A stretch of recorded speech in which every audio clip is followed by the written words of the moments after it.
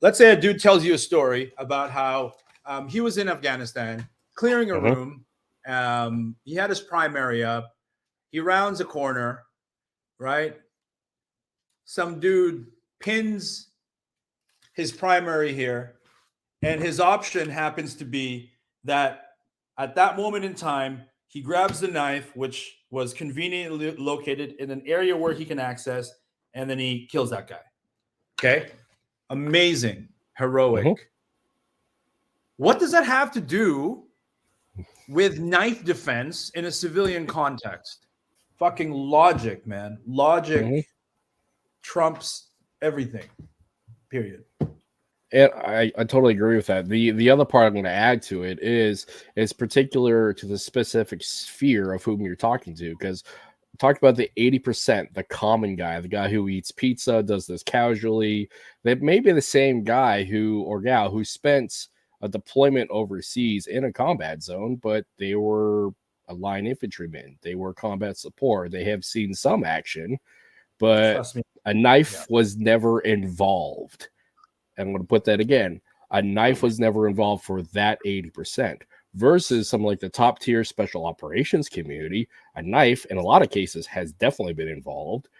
And Right. the probability and opportunity for a knife to be involved is definitely higher. So the impetus of that particular training set is specific to them. So matching the data that you're presenting to the sphere of people you're trying to talk to is also Right. an important thing.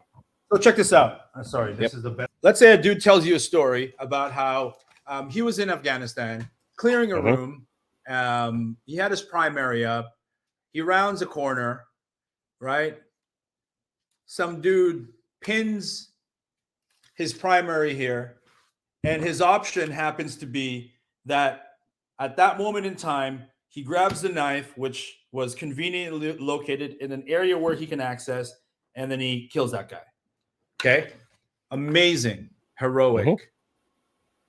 What does that have to do with knife defense in a civilian context?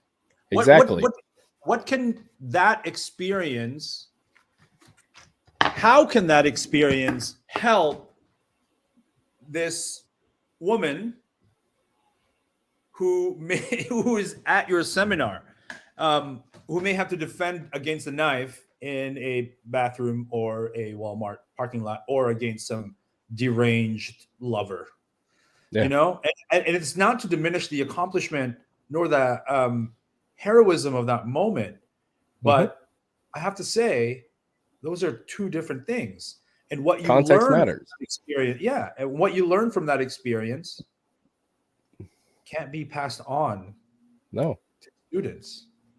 I That so and also like the context of whom you're teaching to. So, because we got Brandy in here, and I got to meet her and her entire beautiful family at Water and Steel this last year.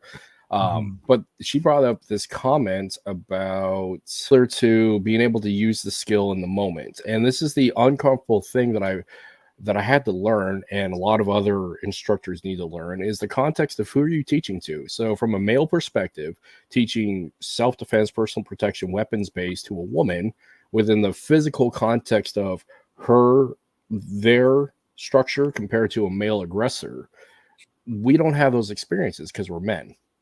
So, being able to translate the physical capability, such in the case of using wrestling as a platform, there is a Mhm. physical capability deficit in intensity that some I will say, will not be able to pull off because of the lack of Right. physical context. So, that is something that we also have to be cognizant. Just like the same of utilizing your primary platform for personal protection and self-defense is your plate carrier, particular to that context. That doesn't work for, say, Miss Brandy here in her average day wearing yoga pants going to the store. She's not wearing a plate carrier.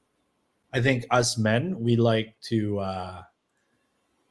rest on the conclusions of things that are temporary. Hmm. So, what I mean to say by that is, we pressure test a concept, and we're like, Hmm. okay, that concept works.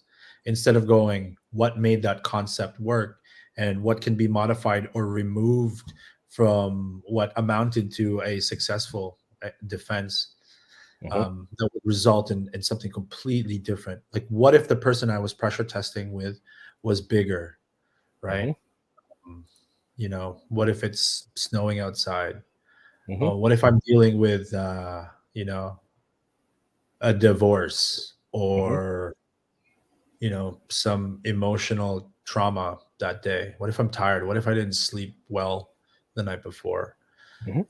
So we kind of like to rest on, you know, the outcomes of prior experiences as some sort of a guarantee of a repeated outcome. And this is what I say about knife defense. It's impossible, man. Too many variables. You can't recreate these variables to any degree of really reliability, right? So I'm constantly like examining, like, fuck, what's cool. I did it. And it's easy to manufacture, eh, guys? As a content creator, I got to tell you something, right? Yeah. It's very easy to manufacture on video something failing and something succeeding.